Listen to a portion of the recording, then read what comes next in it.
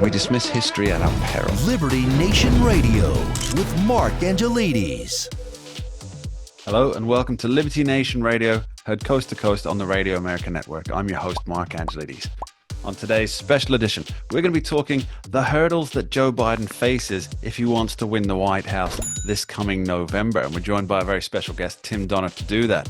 Remember, Liberty Nation Radio is proudly sponsored by LibertyNation.com, where you can access podcasts, breaking news, analysis, and a range of biting and brilliant shows to whet your appetite for freedom and your fondness for the great American Constitution. We're going to just dive right in and examine each of these hurdles in turn. I hope you enjoy. President Joe Biden might in fact be his own worst enemy come the 2024 November election. To discuss the foibles and the hurdles that he must face, we're joined by longtime host of this here radio show, Mr. Tim Donner, who also happens to be Liberty Nation's senior political analyst. Thanks for coming back, Tim. Always a pleasure, Mark. Thanks. So, Tim, the way I see it is there are a number of hurdles which Joe Biden must leap without falling. Let's bear in mind he does have a propensity to fall, which we shouldn't hold against him. But these particular hurdles are not physical ones as such, but more political and ideological constraints in that term. Now, I think the first one for me, Tim, is that since really mid-2023, Joe Biden and all of his team have been touting this miracle cure for all that ails the American economy. That's Bidenomics.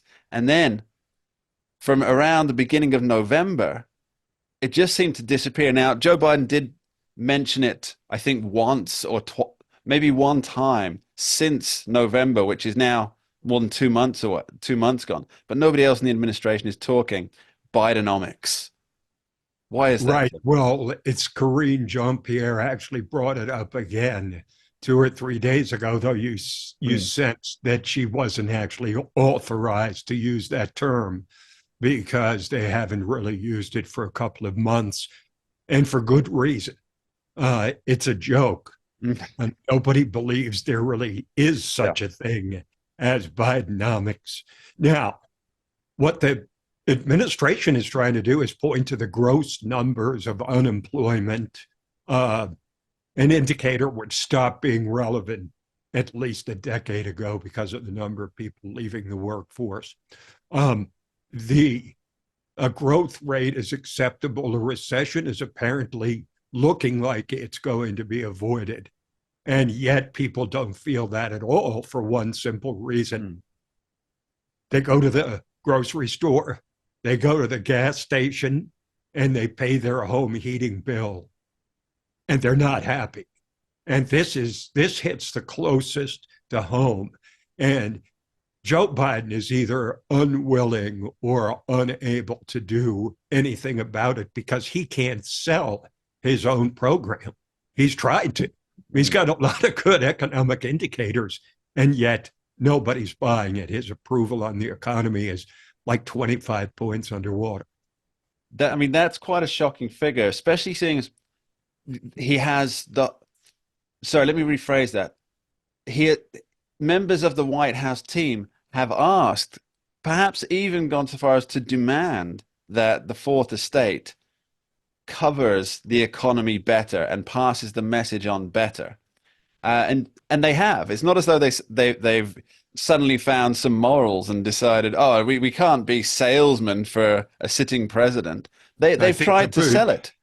The problem is the sycophants are not being sycophantic enough, according to the president of the United States. He expects them to sell his program. I mean, how sad is that? He can't get people in his own party. They keep pushing with this message that you're better off than you realize.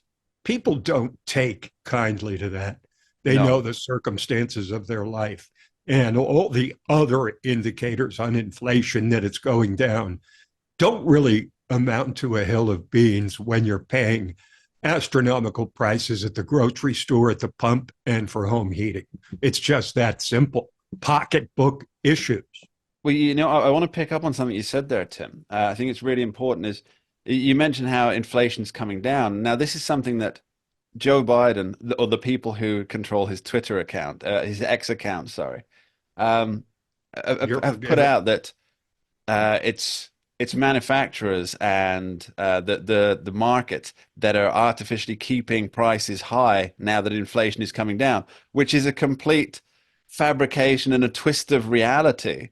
It's not as though We're going to go back to, they're we're going pretending to, to the public that yeah, inflation, when it goes down, prices go down. No, no, no. When inflation goes down, it just means things are getting more expensive at a slightly slower rate. that's exactly right. And Well, look, they're trying to lie about it. people have never, uh, anybody who was born, let's say, less than 50 years ago, has never encountered inflation, was never a factor, never considered a major issue. Now it is, and people don't know how to deal with it. And they're dealing with mortgage rates that are 7 high to 8% after being used to paying 1 or 2% over the years. So that's blocking people from being able to sell or buy homes. And when the real estate market crashes, and it's not crashed, but it is definitely undergoing a spiral, that's another very ominous sign for the economy. It really is.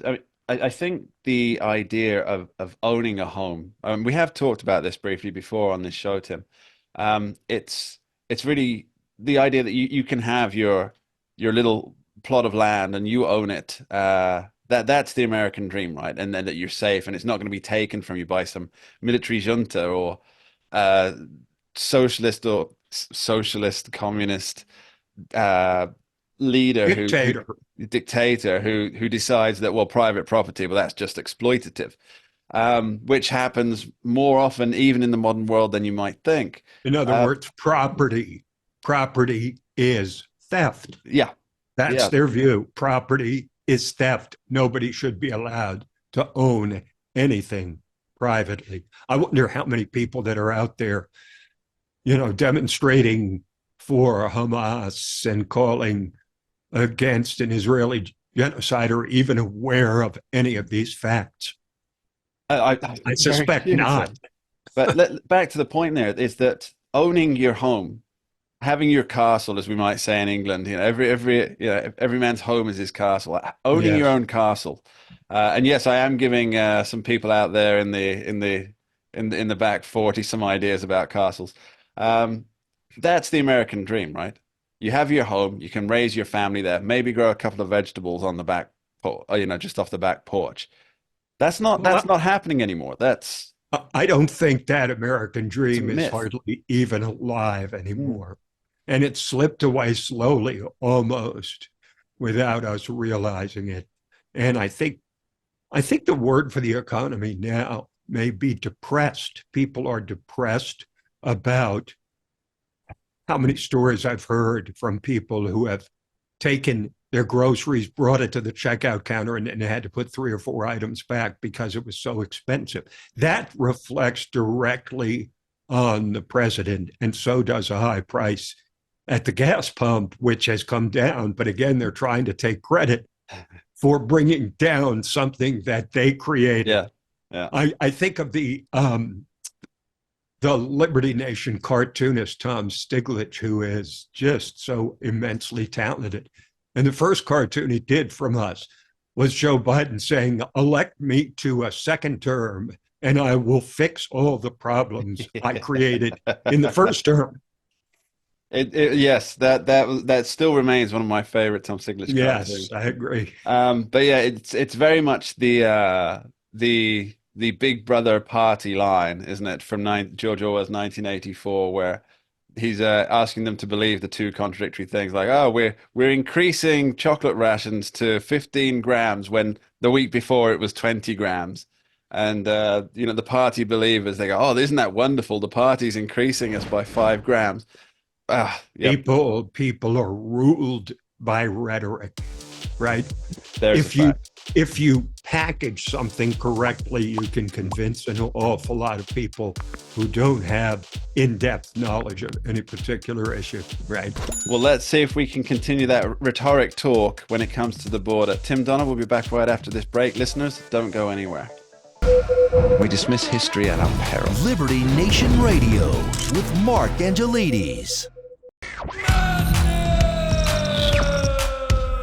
Don't get caught up in the media madness.